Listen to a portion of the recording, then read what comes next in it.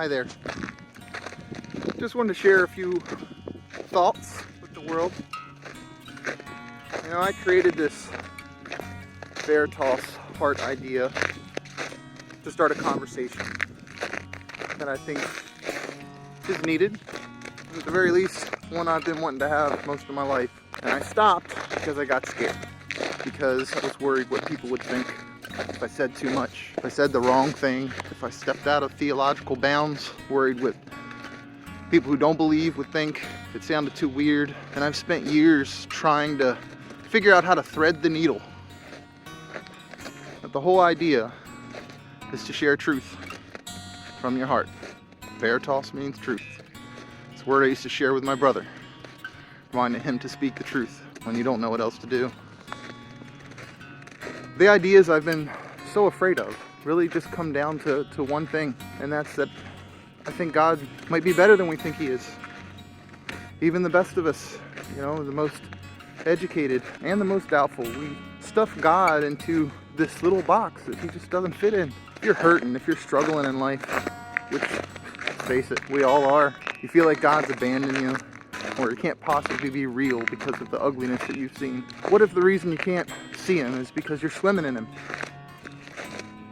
Everything that is good and possible in this world, even our idea of things being good, comes from somewhere. Peter Rollins is a philosopher and theologian who says that God is like the ocean, and we're all like these sunken ships. We're filled with Him, we're surrounded by Him, but that might mean when you're looking for Him, you don't see Him. You can't find Him anywhere. Where's He at?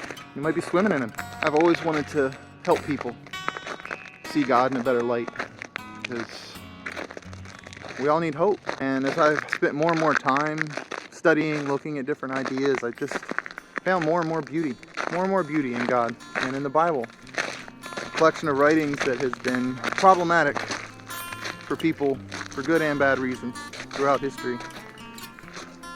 But there's so much beauty in there. I've looked to voices that offer different perspectives, sometimes fresh perspectives based on new things we're learning about language, history, anthropology, you know, all of these peel away layers of the mystery of the divine, of what God is in our world.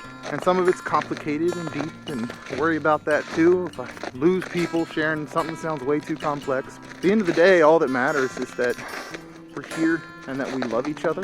That's really where you find God the most. It's not in theological interpretation, it's in application. The evidence is all around and it's simple. Another thing I have taken great interest in is in Genesis, in the creation story. I feel like it's something that doesn't get its due merit, but it is the foundational concept. It is where this faith story for all the billions of people throughout history who have found a relationship with God, it's built on Genesis. Jesus' worldview and theology was built of Genesis.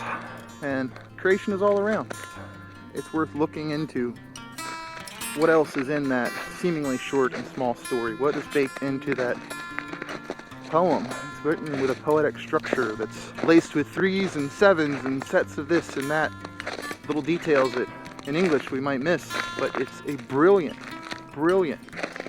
piece of work and brilliant piece of literature, no matter what you believe. Obviously, I believe it speaks to the creation of the world, but I've also found for my own life, there's a pattern in there, you know. There's something in it more than just this kid story about where the world came from. Or if you're somebody who doesn't believe, you know, this ancient myth of silly people, it's way too complicated to dismiss it in that way. I mean, just where it starts out, I know I've related to this in life. God is shown as hovering over an ocean. Ancient peoples, I've discovered in my study that the ocean was considered mystical. They didn't have a concept of space, really. The idea of nothingness to them would have been more like a violent sea. Other belief structures had the same interpretation. You know, it's the Assyrians, Marduk, and all this other stuff. I don't get into too complicated, but bottom line, the ocean was scary. You know, deep ocean was not a place where man could exist back in the day. It starts out with this picture of one of the most scariest, dark places for a human, out in this violent ocean. And I know there's times in my life where it's felt like this violent ocean of nothingness. Tahu vavohu, wild and waste, is one way to describe the formless and the void.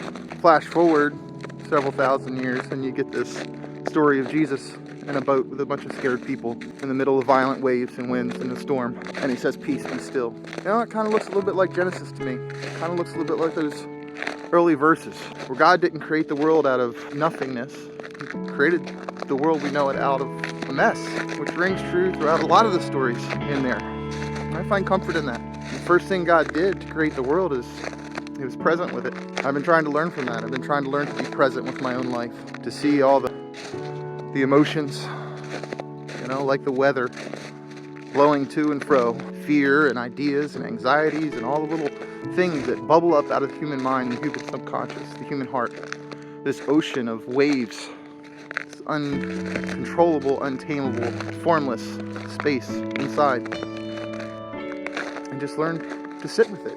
Creation begins when you show up. It begins with presence. And this is true for relationships.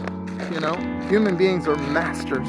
I'm a master of avoiding things that are hard. We don't want to deal with the mess, so we pretend it's not there. But the waves just get bigger. The wind just gets stronger. And at some point, you have to deal with it. But it just starts by showing up. If you're having, problems with a loved one or your sweetheart, just show up. Just be present. The wind's going to blow. The waves are going to crash, splash all around, but it's just noise. I'm not saying there's not real things. There's real problems in relationships, real problems in life that have to be dealt with one step at a time. The first thing is just be there, show up, be present. And then you move beyond that and start shedding a light on things. That's where creation begins. I have a lot of ideas I want to share, and they're just my reflections.